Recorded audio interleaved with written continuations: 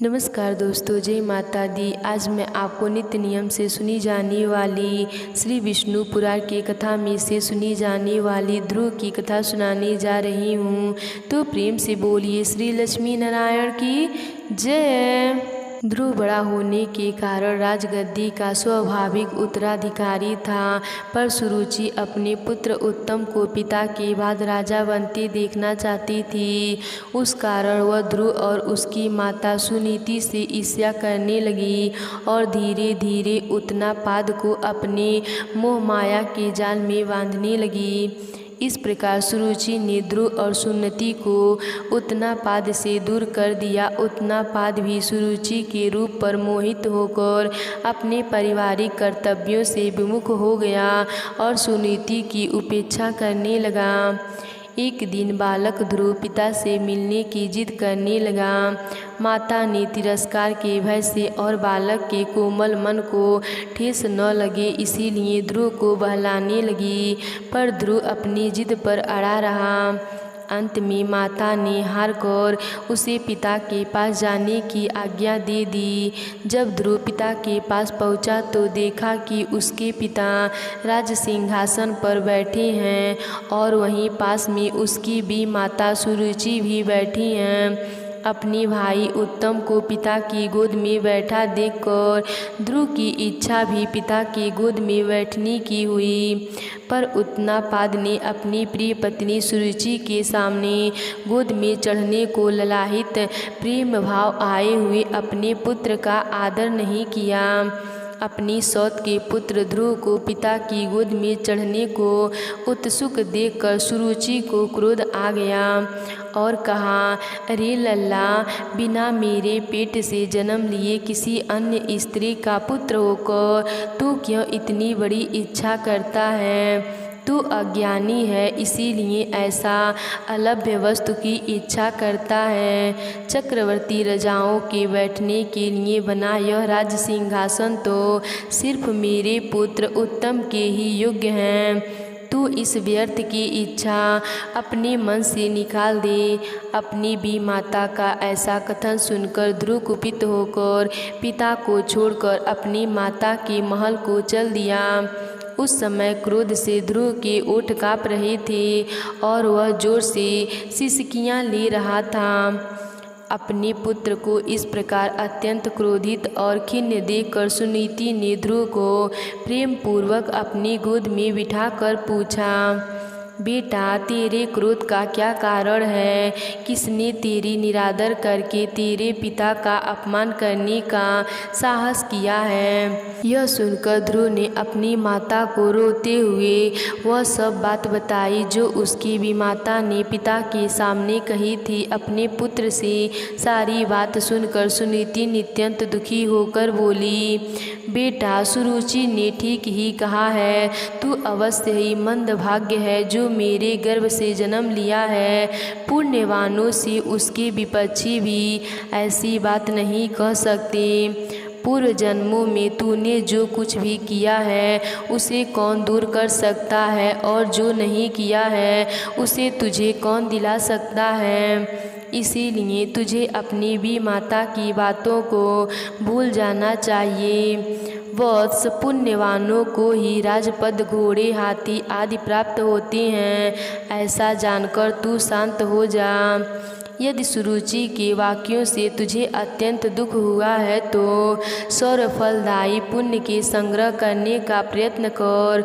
तू सुशील, पुण्य आत्मा और समस्त प्राणियों का ही सात्विक बन, क्योंकि जिस प्रकार नीची भूमि की ओर ढकता हुआ जल अपने आप ही जल आशयों में एकमात्र हो जाता है, उसी प्रकार सत्रपात्र मनुष्य के पास समस्त संपत्तियाँ अपने आप ही आ जाती है। माता की बात सुनकर ध्रुव ने कहा, माँ, अब मैं वही प्रयत्न करूँगा जिससे संपूर्ण लोकों में आदरणीय सर्वश्रेष्ठ पद को प्राप्त कर सकूँ। अब मुझे पिता का सिंहासन नहीं चाहिए, वह मेरे भाई उत्तम को ही मिले। मैं किसी दूसरे के दिए हुए पद का इच्छुक नहीं हूँ। मैं तो अपने पुरुष स्वार्थ से ही उस परम पद को पाना चाहता हूँ जिसको पिता ने भी नहीं पाया है। है। अपनी माता से इस प्रकार कहकर ध्रुव सुनीति के महल से निकलकर चल पड़ा और नगर से बाहर वन में पहुंचा।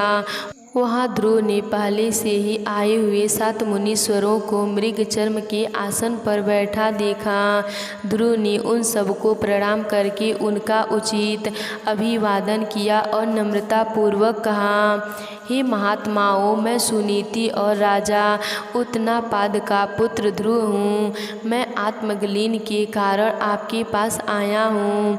यह सुनकर ऋषि बोले, राजकुमार, अभी तो तू सिर्फ 4-5 वर्ष का बालक जान पड़ता है। तेरी चिंता का कोई कारण भी दिखाई नहीं देता है, क्योंकि अभी तो तेरे पिता जीवित हैं। फिर तेरी ग्लानि का क्या कारण है? तब ध्रुव ने ऋषियों को वह सब बात बताई जो सुरुचि ने उससे कहे थे। यह सुनकर ऋषिगण आपस में कहने लगे, अहो छात्र, तेज कैसा प्रबल है, जिससे इस नन्हे बालक के हृदय से भी अपनी भी माता के दुर्वचन नहीं टलते हैं। ऋषि बोले, हे क्षत्रिय कुमार, तूने जरूर कुछ निश्चय किया है। अगर तेरा मन करे तो वह हमें बता दे। हे तेजस्वी, हमें यह भी बता कि हम तेरी क्या सहायता करें। ध्रुव ने कहा, हे मुनिगण, मुझे न तो धन की इच्छा है और न ही राज्य की। मैं तो केवल एक उसी स्थान को चाहता हूँ जिसको पहले किसी ने न भोगा होगा। हे मुनि श्रेष्ठ, आप लोग बस मुझे यह बता दें कि क्या अपने से मुझे वह श्रेष्ठ स्थान प्राप्त हो सकता है। ध्रुव के इस प्रकार से पूछने पर सभी ऋषिगण एक एक करके ध्रुव को उपदेश देने लगे। मरीचि बोले, हे राजपुत्र, बिना नारायण की आराधना किए मनुष्य को वह श्रेष्ठ स्थान नहीं मिल सकता, अतः तू उनकी ही आराधना कर।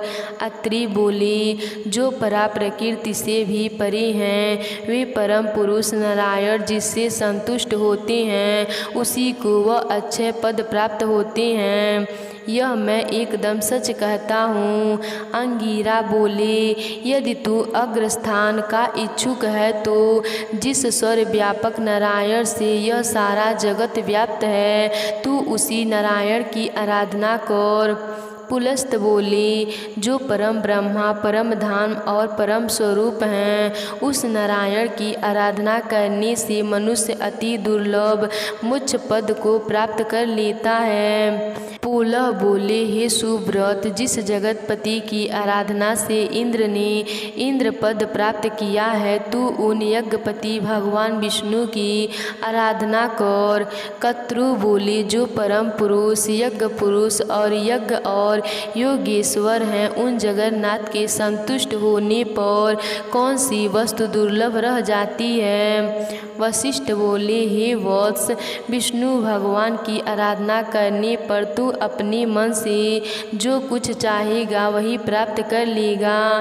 फिर त्रिलोकी के श्रेष्ठ स्थान की तो बात ही क्या है। ध्रुव ने कहा, हे महर्षिगण, आप लोगों ने मुझे आराध्य देव तो बता दिया, पर कृपा करके मुझे यह भी बता दीजिए कि मैं किस प्रकार उनकी आराधना करूं।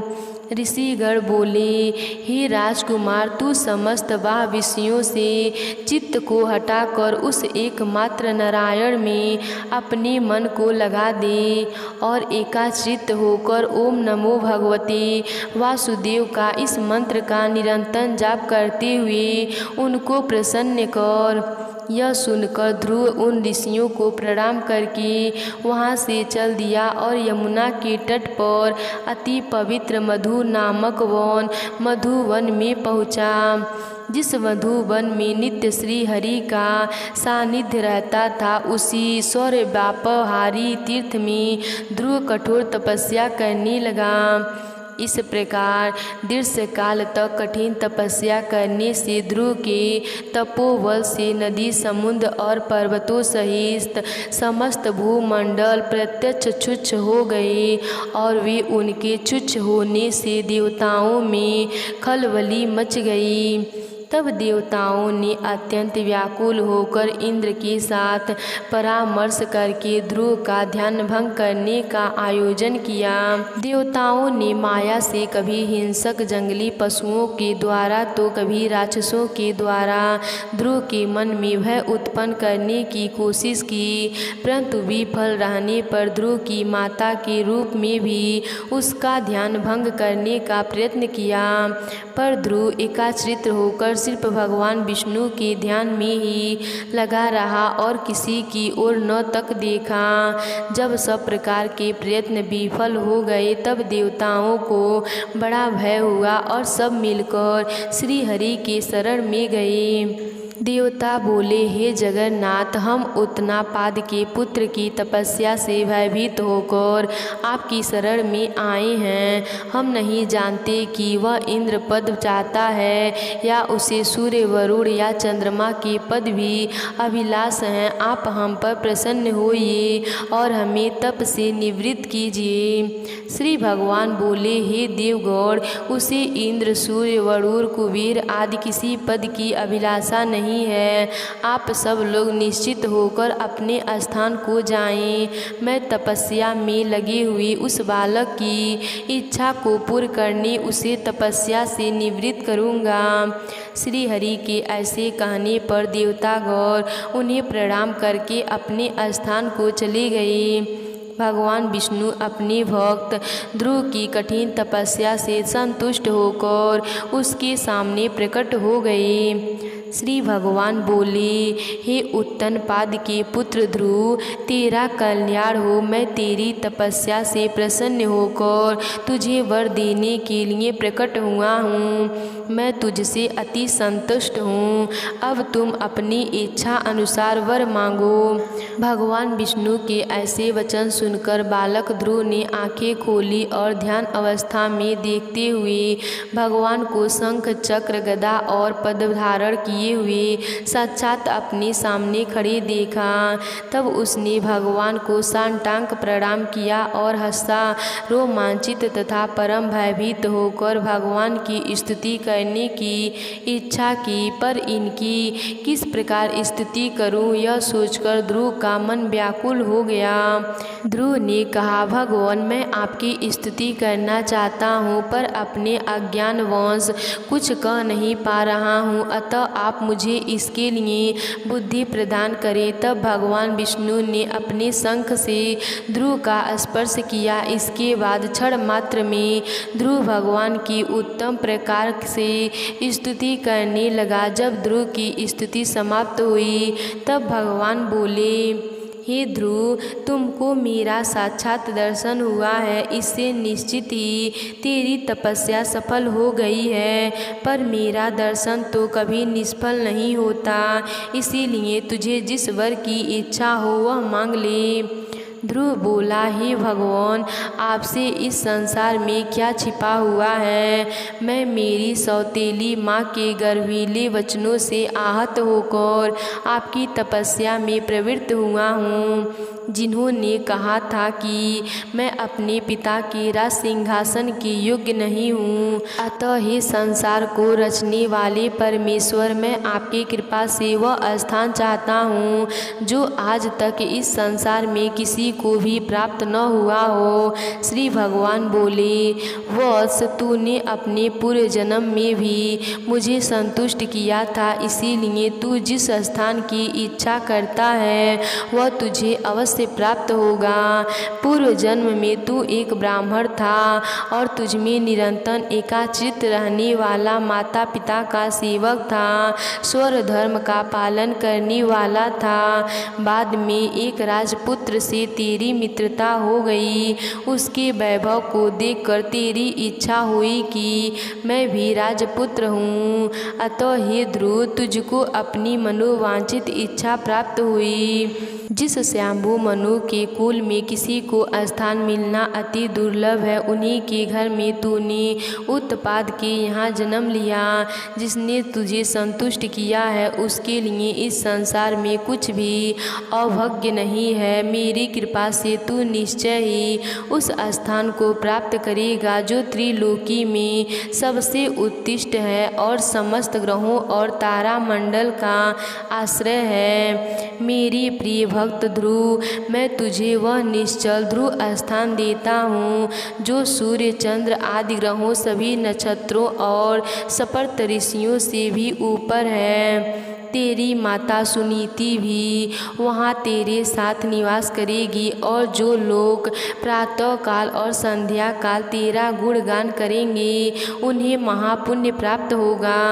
धन्य है ध्रुव की माता सुनीति, जिसने अपने हितकर वचनों से ध्रुव के साथ साथ स्वयं भी उस सर्वश्रेष्ठ स्थान को प्राप्त कर लिया। ध्रुव के नाम से ही उस दिव्य लोक को संसार में ध्रुव तारा के नाम से जाना जाता है।